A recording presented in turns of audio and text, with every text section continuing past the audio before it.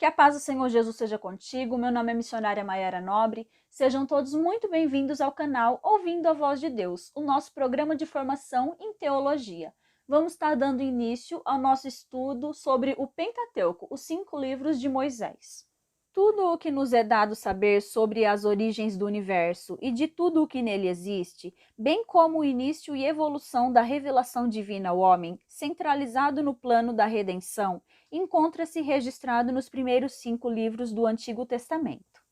Em Gênesis, Êxodo, Levítico, Números e Deuteronômio, que compõem na sequência os 5 primeiros livros da Bíblia, estão inscritos os mais antigos acontecimentos da história da humanidade, dentre os quais se destacam as origens do povo hebreu, suas tradições e costumes, a entrega da lei por Deus a Moisés, o culto divino e outros assuntos afins. Estes livros são considerados como um todo, são denominados Pentateuco, vocábulo grego que literalmente significa 5 rolos, pois este era o formato dos livros na antiguidade. Esta primeira lição, composta de 5 textos, proporciona uma visão panorâmica dos livros que formam o Pentateuco. Resumo do livro de Gênesis. Gênesis significa origem ou princípio. É exatamente disso que se ocupa o livro bíblico. Ele conta a origem ou o princípio de todas as coisas, isto é, o princípio do universo, o princípio do homem, o princípio do pecado, o princípio da salvação, o princípio do povo hebraico e tudo o mais que envolve a história do mundo, no seu princípio. 9 fatos merecem destaque no livro de Gênesis, como veremos a seguir. Primeiro, a criação do universo. Gênesis capítulo 1 e 2. No princípio criou Deus os céus e a terra. Gênesis capítulo 1, verso 1. Trata-se de uma frase curta, porém expressiva, que constitui significativa mensagem de Deus aos homens em todos os tempos. Jamais poderiam os cientistas escrever em sua linguagem todo o esplendor e singeleza de tão magnífica mensagem. Ela excede toda e qualquer pesquisa científica, pois é uma mensagem divina. O capítulo 1 envolve em si o objetivo de âmbito espiritual e religioso. Ao homem é dado compreender isso pela fé. Pela fé entendemos que os mundos pela palavra de Deus foram criados, de maneira que aquilo que se vê não foi feito do que é aparente. Hebreus capítulo 11, verso 3. Apenas ao crente é dado compreender esta narração, a despeito das dificuldades de interpretação que vez por outras surgem. Segundo, Adão, Gênesis capítulo 2 e 3. Do pó da terra, Deus criou o homem à sua própria imagem, soprando-lhe nas narinas o fôlego de vida. Coube a Adão condições de primazia, pois Deus lhe preparara um lindo jardim no Éden, pelo qual ele deveria zelar. Seus alimentos seriam o fruto das árvores, as sementes dos arbustos e os grãos das ervas. Foram-lhe trazidos os animais e as aves criados por Deus, aos quais coube-lhes dar o nome. Complementando, Deus fez-lhe uma ajudadora. Capítulo 2, verso 18 ao 22. Mas, induzida pela serpente, Eva levou Adão a comer do fruto da árvore que lhes tinha sido proibido comer, em Gênesis capítulo 3, verso 1 ao 7. Assim foram banidos da comunhão com Deus, pois tinham pecado. Terceiro, a primeira civilização, Gênesis capítulo 4. E deu à luz a Caim. Eva, em regozijo, disse: adquiri um varão com o auxílio do Senhor. Verso 1.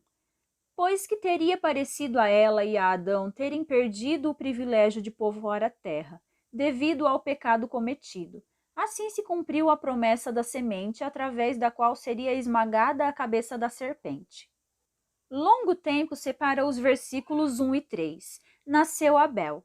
Caim e Abel tornaram-se adultos, e então já não eram os 2 irmãos e seus pais os únicos seres humanos habitantes na terra. Segue-se depois a morte assassina de Abel. Caim torna-se o fundador de uma civilização, uma cidade, agricultura, manufaturas e artes.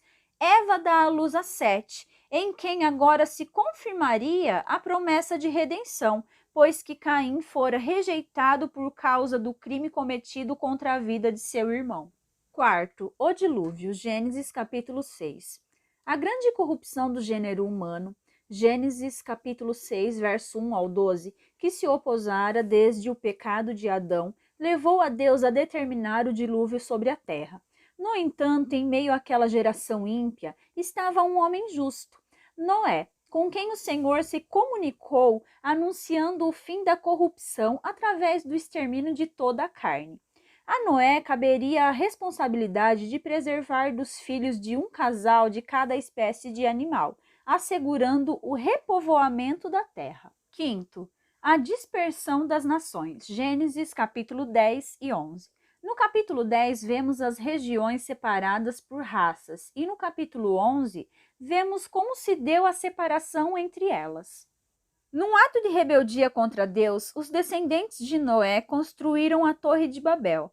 Porém, Deus interferiu de tal forma que confundiu-lhes a língua com a qual se comunicavam, e foram eles espalhados por diversos lugares na terra. Essa atitude de Deus serviu naturalmente não somente para disciplinar o povo rebelde, como também para a realização de seu desígnio, o de que toda a terra seria povoada e assim seriam desenvolvidos os seus recursos. Sexto, Abraão, Gênesis capítulo 12 ao 25. Abraão é convocado por Deus a rumar para Canaã, uma terra que seria sua por promessa. Ele seria o pai de uma grande nação, a saber, a nação de Israel. Seria, enfim, aquele através do qual se daria o cumprimento da promessa divina presente em Gênesis capítulo 3, verso 15. Sétimo, Isaque, Gênesis capítulo 17 até o capítulo 35. Filho de Abraão, herdeiro da promessa, Isaque é um homem de fé e instrumento de bênção. No capítulo 26, a promessa é repetida, isto é, ele seria a semente por meio de quem a linguagem da promessa deveria ter prosseguimento. Oitavo, Jacó, Gênesis capítulo 25 ao 35.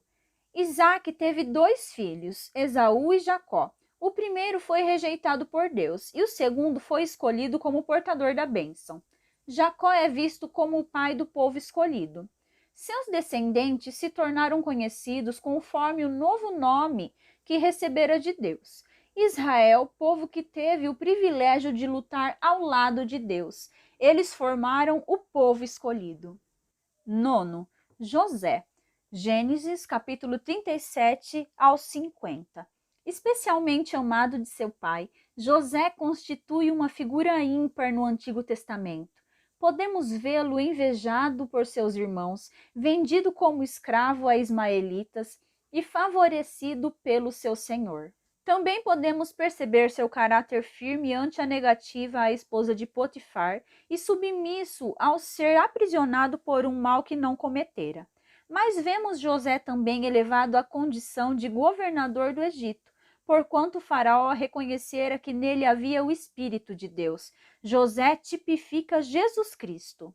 O livro de Gênesis constitui uma fonte que mitiga a nossa sede de conhecimento sobre a graça de Deus, manifestada na maravilhosa provisão por ele concedida às suas criaturas. São diversas as circunstâncias que demonstram seu amor e misericórdia para com a humanidade, culminando na redenção do homem e seu retorno a Deus. Bom, pessoal, esse foi o nosso resumo do nosso livro de Gênesis, do nosso curso de teologia nível básico. Se você já gostou do nosso vídeo de hoje, do nosso estudo de hoje, aproveita, deixe seu like aqui no vídeo. Aproveita também e compartilhe esse vídeo com outras pessoas para que elas também sejam alcançadas através da palavra de Deus. Você está nos visitando hoje e ainda não é inscrito aqui no nosso canal? Aproveite, se inscreva e ative também o sininho para receber as notificações sobre quando a gente divulgar e postar novos vídeos sobre o nosso curso de teologia. Se você gostou desse vídeo, aproveita e veja também o próximo vídeo que a gente vai postar. No nosso próximo vídeo, na nossa próxima aula, vamos estar falando sobre o resumo do livro de Êxodo. Então, não perca. Fiquem todos na paz do Senhor Jesus, que Deus abençoe grandemente a sua vida.